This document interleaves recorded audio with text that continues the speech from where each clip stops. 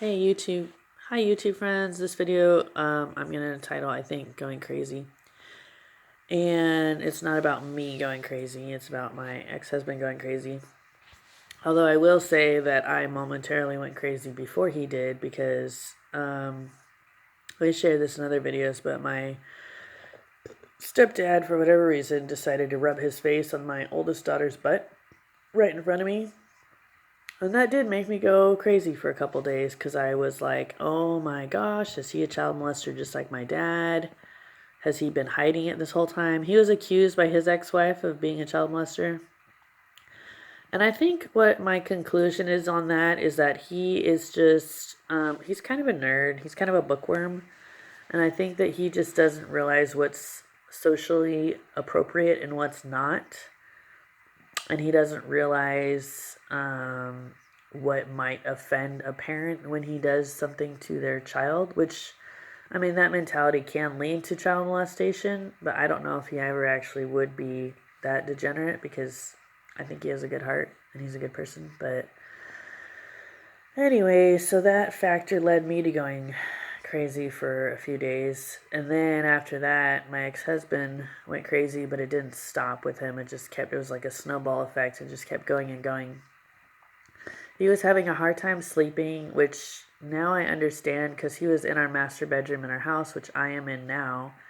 And if I try and take a nap in this room, it's impossible. If someone's out in the kitchen, you can hear every cabinet opening and closing, and it's just so loud. So it's like impossible to sleep in this room unless everybody else is sleeping.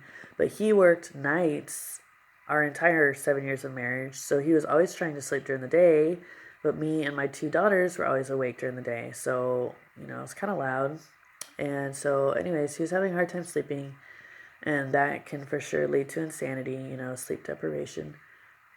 So there was that. There was the issue with my stepdad. And I mean, both of us have always been confused about him, like not knowing if he is a good or a bad guy, not knowing if he is a child molester or not. So, I mean, that can drive anyone insane, not trying to figure something like that out, which, now I'm kind of finally accepting and dealing with my anger at my mom. Like, why did she marry someone who was accused of that by his ex-wife? Because now that brought in a lot of drama for me and, my ex-husband and my two daughters. And it's like, why did she have to bring that mess into my life? But anyways, so yeah, not sleeping, family, fear of family. And then my mom flipped out on my oldest daughter 2 times and lost her patience, which really bothered both me and my ex-husband. So that was something else. He was really struggling at work. There was one week where just like everything went wrong at his job. So, I advised him to switch companies for work, but then that other company, he only would have been making like half as much as the previous company, just the way it was set up. So then I was like, well, I guess you should go back to the first company. And, but then everybody, I guess, was mad that he was back there. So that was pretty awkward, I'm sure. So he ended up quitting, and then he tried other jobs, but then he couldn't pass the training because he was so stressed out, and. And then we were kind of having money issues, like, obviously, because his jobs weren't working out. So we were like beyond broke. And nobody was really helping us, which was kind of annoying. Like, his parents weren't helping us, my parents weren't helping us. So that was stressful. And it's funny how people don't really help until it's almost too late, you know. That's a real sad thing about our society. Like, now his parents are helping now that he went to go live with them, but I wish they would have helped us before. But anyways, what else? It was just a lot of things. Yeah, money, family, jobs, not sleeping. Oh, another thing that was pretty frustrating for me was that he was refusing to eat fruits and vegetables. I mean, he pretty much refused our entire marriage. 7 years we were married. I was always trying to get him to eat healthy and eat salads and eat an apple. or eat some kind of fruit, but he just wouldn't do it. And it was only like a 2 month period where we were both into eating salads, but otherwise, I remember towards the end I would want to put like green and red peppers in his eggs, but he wouldn't let me.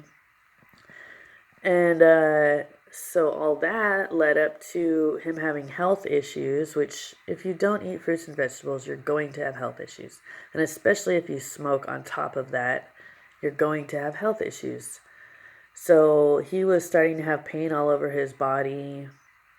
And he said like in his lymph nodes, and then his testicles were swelling.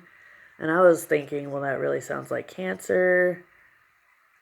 And he got checked out, but they said, what you have, we used to think led to cancer, but now we don't, which I don't know if they were just trying to make him not freak out. But I was thinking, what? Like, that doesn't make sense.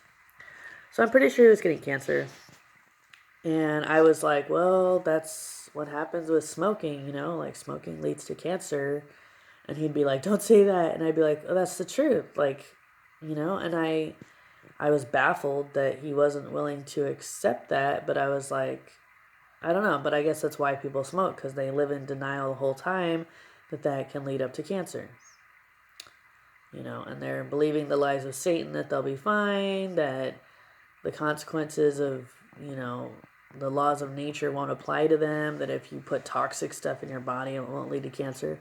But it's that same delusion, which that really is a delusion, that led to his parents becoming grossly obese. Both of his parents are grossly obese, and they have overeaten their whole lives, at least almost their whole lives. And I guess they both didn't think about the consequences. And it's that same mentality that caused my ex-husband to not think about the consequences of smoking. Like, obviously, if you're hurting your body, you're hurting your body, Anyways, so, yeah.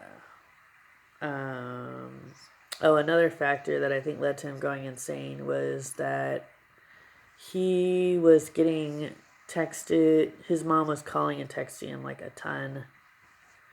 And I think that was kind of driving him insane too.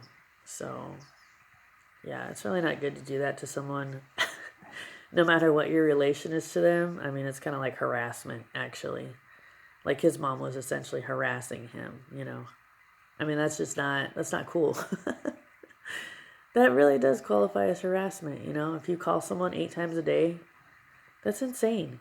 So, obviously, if you have a parent that's crazy, it's going to make you go crazy too.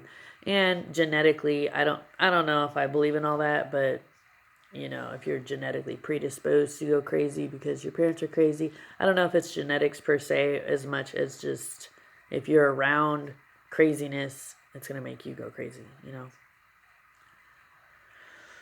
And I really think he was doing better living with me than living with his mom. I think he was more rational because I'm more rational. And I really feel like after he moved in there 2 times, he went back to live with his mom. And I feel like he just got 10 times more crazy living there because she's crazy. I don't know much about his dad. I know that he's very reclusive and introverted, and he doesn't talk like at all. I've always kind of seen him as basically a vegetable, which, my mom was saying maybe he has some delusions or paranoia or mental instability, and that's why he's not very social. I mean, he's just always been he basically has antisocial personality disorder, I would say. And he's just not very communicative, which that explains why Ben's mom was always trying to call him, because her husband doesn't talk much. So it's kind of an excuse, but it doesn't make it okay still, because you should let your kids live their own life and not harass them, or annoy them too much. Anyways, so all those things led up to my ex-husband going crazy. Okay, I will say the only contributing factor on my part was that about 4 or 5 times I think I yelled at him because he kept accusing me of sleeping with somebody else, but he would say it in an accusatory way, like, you're sleeping with somebody else, or it was like that. And I was like, what? Like, but I would get mad because the repeated asking me, and I'd be like, no, I'm not sleeping with someone else. Like, can you stop asking me that? But I would actually yell. So that didn't help, and that probably made him go more crazy. But I didn't know how to approach the situation, and I could tell that his mind was slipping, so I would actually yell at him about that. I'd be like, can't you tell that your mind is slipping and you're letting yourself go back to the way you were when you were 27? I was like, why are you letting yourself go back to that? So I was scared, and I was trying to like yell at him to snap him out of it, but that was probably a bad tactic. But I was just like, I don't know what to do. So at the end, I was just like, I give up. And so then he moved back with his mom. So, and I don't know where we go from here, but I've been praying for him the last 6 months that he's been out there, and I think it's helping. I think he's regaining his sanity, which it probably helps that he can sleep better over there and that he has the support of his parents. Like in person, it's better than just by phone. So anyways, please pray for him. His name is Ben. Pray that he will 100% regain his sanity, because he is in charge of our daughters now. So it's really important that he's not crazy and that he won't slip back into insanity. So, and please pray for his health. If he does have cancer, please pray that it will go away. God loves you all. Have a great day. God bless. And I'll just say, that I do still care about him, for any wondering. But I am with a different guy now because I just feel like all that was just too much. And I feel like I've already had so much pain and suffering in my life with my dad and my parents divorcing. I'm just like, I can't handle more. So for the most part, I'm planning on just moving on and marrying somebody else. But, I still pray for him, and that's really all that I can do at this point. So God loves you all. Have a great day. God bless.